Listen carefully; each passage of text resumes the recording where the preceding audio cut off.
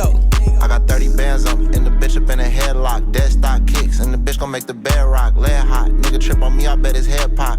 He looked up, all he seen was a red dot. He stick, hot stick, round with a mop stick, and going back and forth. If it's on, we on the ops quick. Freak bitch toxic, I fucked her, then I blocked it. Nigga try to run up on his run, we get to knocking. If you ain't choosing, then you losing, baby, get with me. I keep money coming in, and I keep blicky. Get to knocking on them niggas like the mailman. I failed math class, but ran it up. I got hella bands. Now you see me, now you don't. Bitch, I'm John Cena. But we ain't with that wrestling. You know we pop demons. If we ain't talking about some money, then I'm not speaking. Don't check me, check the bitch, cause the thought creeping. Finna get up on their ass, nigga, not even. Boogie down up on they block, now they block bleeding. I told her swallow, don't you spit it, she got all semen. Her ex nigga was a nerd, I'm a whole creature. Yeah, the chopper hold a broom, it's a street sweeper. He ain't really in that water, he a knee deeper. Yellow Brody tryna crash, he a tweaker. I need 20 bands cash, ain't no free features. As I look at my wrist, it's about that time, but if I look too Yes guys, so welcome back to the YouTube channel. So today I'm down at EP in Stockport, so I am very fortunate enough to call this my home gym. This is where I train every session of the week, 4 days a week. Today we're in for a limb session, which is legs and arms. Now you've seen a few of the clips from the first half of the session, which is mainly arms, so 2 bicep movements, 2 tricep movements. You've seen a little bit of footage from there, and then we're moving to legs. You've seen a little bit of the hamstring curl, now moving on to leg extensions before final exercise, which is a press. Now in this video, rather than me taking you through my entire session like everybody else does, what I want to do is I want to cover how I approach exercises and the sort of sequence of thought process that goes through my mind when I am approaching exercises myself and also when I'm coaching clients. Because at the end of the day, how we set up and how we execute exercises is going to be really important and make or break what we get out of our training.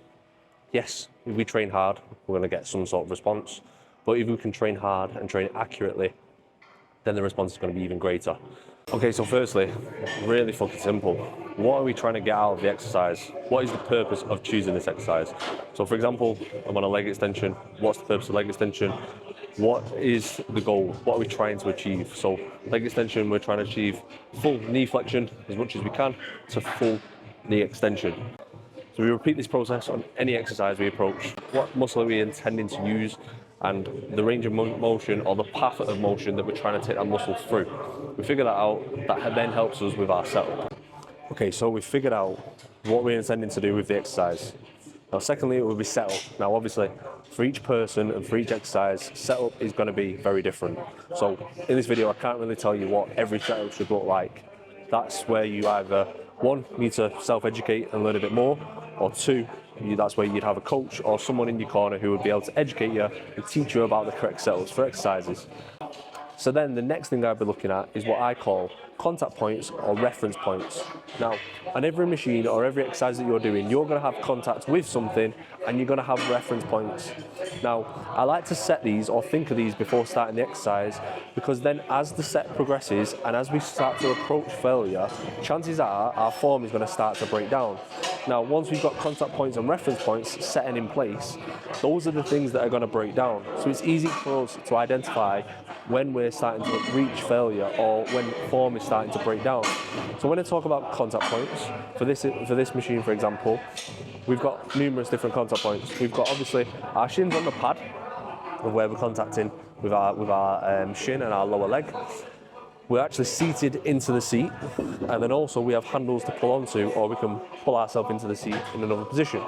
So there are 3 contact points, and now reference points are going to be more of us and what we're doing and how we're setting ourselves up. So I want my legs to be completely straight, I want to be sat into the seat, I want my knee to be lined up with the point of rotation, I want to be pulling myself into the seat as hard as I can, and then as I'm about to extend, I'm squeezing my quads, initiating, knees in, and then squeezing up, squeezing the quads as hard as I can to get short, and then lowering down nice and slow. So the idea is that once you've set your contact points and your reference points, they remain the same throughout the entire set. And then if you do notice that any of those are moving, or potentially when you watch yourself back, or if you are coaching someone, if you see that happen, you know that form is breaking down and that is potentially something that you need to address. Okay, so leg extensions are done. Now moving on to my final exercise, which is a leg press. It's a hip press. Now, we've covered what our actual intentions are. We've covered in terms of setup. Then we've looked at contact points and reference points. Now, for sort of beginners to intermediate people, they're going to be our main focus. Now, as we progress and we get further on in our training, or potentially if you are coaching someone, the next thing I would look at is cues. So we have internal and external cues. As we progress in our training, we're going to want to utilise and think of these cues more often to get more out of the exercise. Now, I'm not going to run through loads of cues, etc. Again, this is something we can run through in a different video going through all my exercises, but that's how I would sort of start to structure my approach, and that's what I go through in my head. So firstly, what's the intention? Then what's the setup? What are our contact points? What are our reference points? And then are there any cues that we can add in? Is there any internal or external cues that we need to focus on? And then you can see then how we're starting to build a really good setup for executing a movement correctly. Now, the goal is to be consistent within our reps. So that is the main focus. We want our first rep to look exactly like our very last rep. And that's the skill and the difficulty with training. As it becomes really hard, our body's going to want to find a way to help itself or to make the movement easier. And it takes a skill and a long time to be able to build up the ability to maintain that form and that execution even when it's really fucking hard. Because at the end of the day, when we're training, only the final few reps of your set are the ones that matter. So it's what we call 5 effective reps. So the last 5 reps of your set, or the last 5 reps till failure, are the ones that are going to mean the most and make the most difference. So we want to be making sure that we're falling within that every single set, whilst maintaining perfect execution and form. So look, that's where it's hard. That's where things like recording your sets, having a coach, or training with someone, it becomes very useful, because you're not always going to be aware of what's giving way or what your body's trying to manipulate to make the exercise easier for you.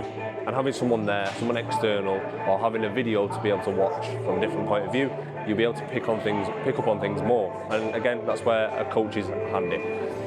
Now, there's a relationship between intensity and accuracy, and for me, it's something that eventually, once you get better at training and your intensity can rise and you can maintain the level of accuracy, you're going to get to a point where, for me, you're going to always flip between the two. You're going to have some points where you're trying to push intensity really hard, and chances are accuracy is going to break down a little bit, and then it's your job to manage that by pulling yourself back up on things and then refocusing back on accuracy again, and you go back and forth between the two. For me, that's how I like to think about things. And again, that is where having someone external to keep you accountable is very useful. Now, when it comes to actually progressing exercises, I'm not going to go into this too much, but I'm going to keep this very, very simple. For me, I like to think about when you're starting a program or starting a new exercise, you want to give yourself as much runway as possible. So on that very first time you're performing an exercise, try and set the perfect set. So execution is absolutely spot on. Yes, push to failure, but don't be greedy with the load. Try and be a little bit conservative in terms of how much load you can use in the exercise. One, it means that accuracy is going to be a lot better and you're setting up in the right way. And then 2, the actual runway to progress is a lot further. Whereas if we were to pick up a weight and we only managed to squeeze out 4 or 5 reps and they weren't amazing reps, where do we go from there? Because it's going to take a long time for us to progress another rep or more reps or more weight. And also, if execution is not great from the get-go, it's probably not going to get any better as we're trying to progress. So whenever you do start a new exercise or a new program, first time, try and set the perfect set or the perfect executed set first time round, and give yourself enough runway to run at the exercise.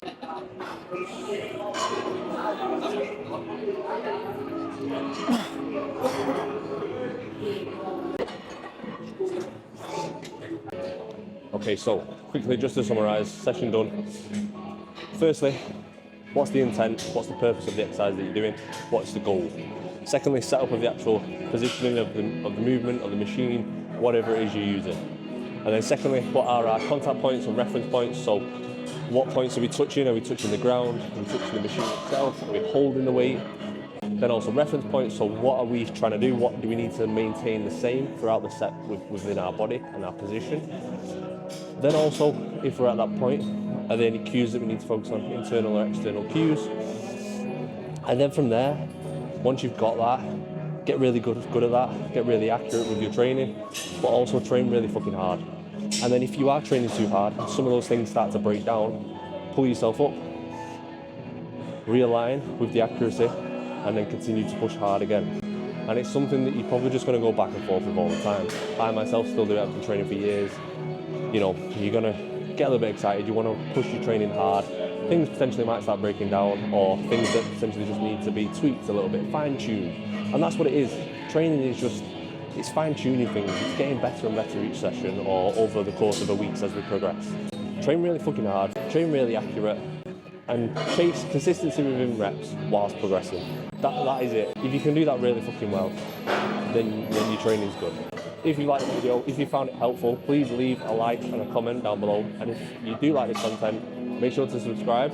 And if you want to see anything else, or you want me to go into more detail about anything I've covered, or maybe a different topic, comment down below and let me know, and I'll be happy to make a video about it. But if you have watched this video so far, thank you very much for watching, and I'll see you in the next one.